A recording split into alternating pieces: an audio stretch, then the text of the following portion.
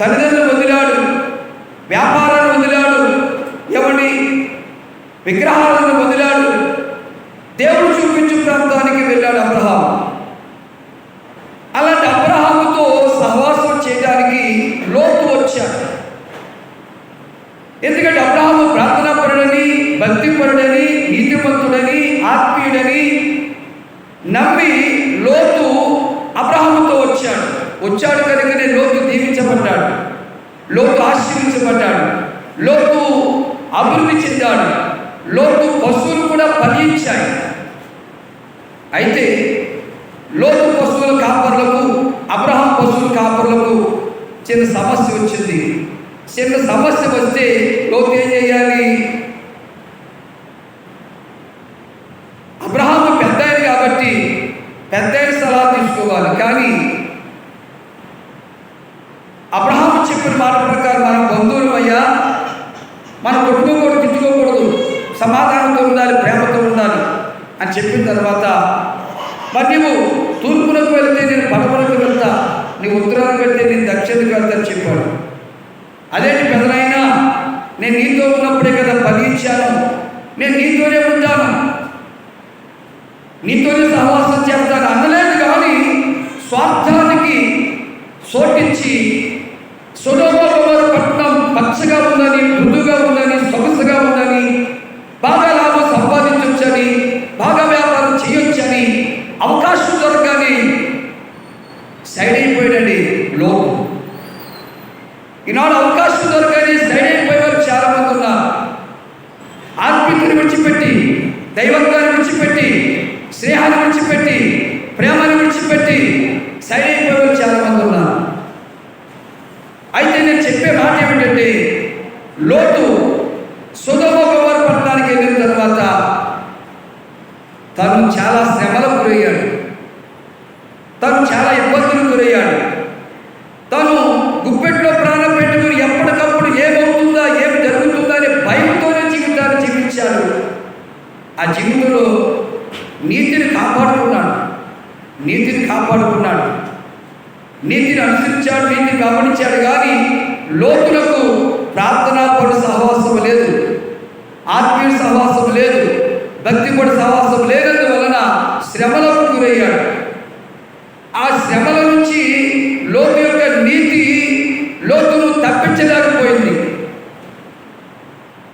సొదొమ గొమొర్రా పట్టణానికి యుద్ధం చేయడానికి రాజులు వచ్చినప్పుడు సొదొమ గొమొర్రా పట్టణాన్ని ఓడించేసి లోతును, లోతు భార్య, లోతు పిల్లలను పట్టుకొని బానిసలుగా ఈడ్చుకుపోతున్నారు.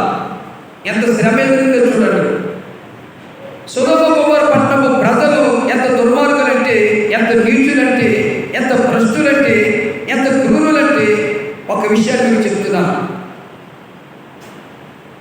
లోతు ఉన్న ప్రాంతానికి దేవుని పరిచారకులు, దేవుని దూతలు, దేవుని సేవకులు దర్శించడానికి వస్తే, దేవుని దూతలు వస్తే లోతు తన ఇంట్లో చేర్చుకున్నాడు. బయట ఉంటే మంచిది కాదయ్యా, మీరు మా ఇంట్లో రావాలి అని చేర్చుకున్నాడు.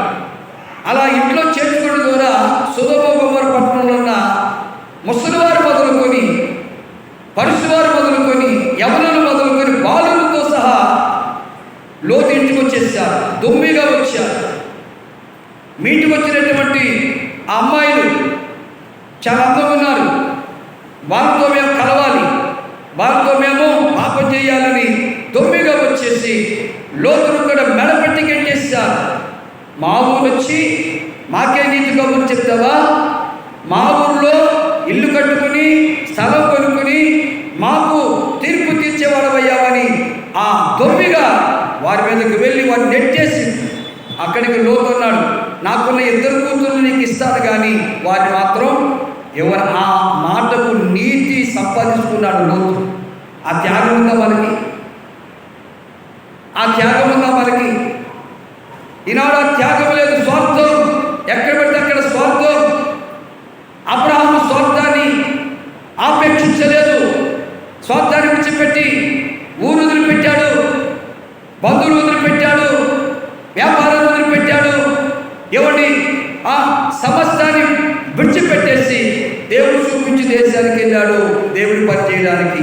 అందుకే అబ్రహాముకి దేవుడు చక్కని బిరుదిచ్చాడు, విశ్వాసులకు తండ్రి. దేవునికి స్తోత్రం, హల్లెలూయా. అబ్రహామును దేవుడు శ్రేష్ఠుడిగా చేసుకోవడానికి కారణం అబ్రహాములో త్యాగం. ఈనాడు త్యాగం ఉందండి. స్వార్థంతోనే సంఘాలు కూర్చుంటున్నారు, స్వార్థంతోనే సంఘాలు దోచుకుంటున్నారు, స్వార్థంతోనే చాలామంది ఆత్మీయతను విడిచిపెట్టేసి సంపాదన కోసం ఎగబడుతున్నారు. అందులో లోతు అలాగే చేశాడు. కష్టాలు ఎదురయ్యాయి. ఈ సమస్య తెలియగానే అబ్రహాము గారు తనకున్న 318 మంది పరిచారకులను తీసుకుని వెళ్ళి ఆ శత్రువులను ఎదిరించి ఓడించి లోతు భార్య, లోతు పిల్లలు, లోతు ఆస్తి తీసుకుని వస్తున్నాడు. అప్పటికైనా బుద్ధి వచ్చిందా లోతుకు? అప్పటికైనా జ్ఞానం వచ్చిందా లోతుకు? రాలా. పెదనైనా ఇక్కడే ఉండిపోదాం, ఇక్కడ మంచి వ్యాపారం అంటే మంచి బాగా డబ్బు సంపాదించున్నాడు. అబ్రహాము ఒప్పుకోలేదు. ఆ సొదొమ గొమొర్రా పట్టణపు రాజులు వజ్రాలు, ముత్యాలు, రత్నాలు, వెండి బంగారాలు ముందు పోసి, అబ్రహామా విజయం నీదే, ఇవన్నీ తీసుకోనప్పుడు తీసుకున్నాడా? అబ్రహాం తీసుకున్నాడా? మనమైతే దోషేసుకుంటాం మనం. నీతి కలిగిన అబ్రహాము తీసుకోలేదు. ఎందుకంటే అబ్రహాము నేనే గొప్పవాడు చేశానని డబ్బు కొట్టుకుంటావు. నా దేవుడు చేతకాని వాడు కాదు, నన్ను దీవిస్తాడు దేవుడనే విశ్వాసంతో పూసుకుప్పలు కూడా తీసుకున్నాడు. ఈ లోతు అంటున్నాడు, ఇప్పుడు నుండి వ్యాపారం చేసి డబ్బులు సంపాదించుకుంటున్నాడు. అంటే ఇద్దరు మనసంతా ఏంటి? డబ్బు డబ్బు డబ్బు. కానీ అబ్రహాం యొక్క ఆలోచన, నన్ను పిలిచిన దేవుడు తప్పకుండా దీవిస్తాడు, నన్ను పిలిచిన దేవుడు తప్పకుండా ఆశీర్వదిస్తాడు, నన్ను పిలిచిన దేవుడు గొప్పవారిగా చేస్తాడనే నిరీక్షణతోనే ఆయన తన ప్రాంతానికి వెళ్ళిపోవడం జరిగింది. ఎందుకు ఈ విషయం చెప్తున్నానంటే, ఆత్మీయుడైనటువంటి, ప్రార్థనాపరుడైనటువంటి, భక్తిపరుడైనటువంటి అబ్రహాం యొక్క సహవాసం విడిచిపెట్టి వెళ్ళిన లోతు కష్టాలకు నష్టాలకు గురయ్యాడు. చాలా శ్రమలు. సొదొమ గొమొర్రా పట్టణం మీదకి ఉగ్రత వచ్చినప్పుడు లోతు భార్య, లోతు పిల్లలు దేవుడి మాట ప్రకారం బయటకు వచ్చిన తర్వాత వెనకకి చూడొద్దంటే లోతు భార్య లోతు చెయ్యిని వికరించుకుని కూడా మాట తప్పి వెనక తిరిగి చూసింది. ఉప్పు స్తంభం అయిపోయింది, శిలా విగ్రహం అయిపోయింది. కారణం ఎంత నష్టం వచ్చిందో చూసారా? ఆత్మీయ సహవాసం విడిచిపెట్టడం ద్వారా లోతు తన జీవితంలో వచ్చిన నష్టాలు. లోతు భార్య, లోతు పిల్లలు బానిసలైపోయారు వారి చేతుల్లో. మళ్ళీ బయటకు వచ్చిన తర్వాత లోతు భార్య, లోతు పిల్లలు ఊరు పెట్టి వస్తుంటే వెనక తిరిగి చూస్తుంది. లోతు భార్య శిలా విగ్రహం అయిపోయింది. తర్వాత అక్కడి నుంచి బయటకు వచ్చిన తర్వాత లోతు పిల్లలు వ్యర్థమైన ఆలోచనతో తండ్రితోని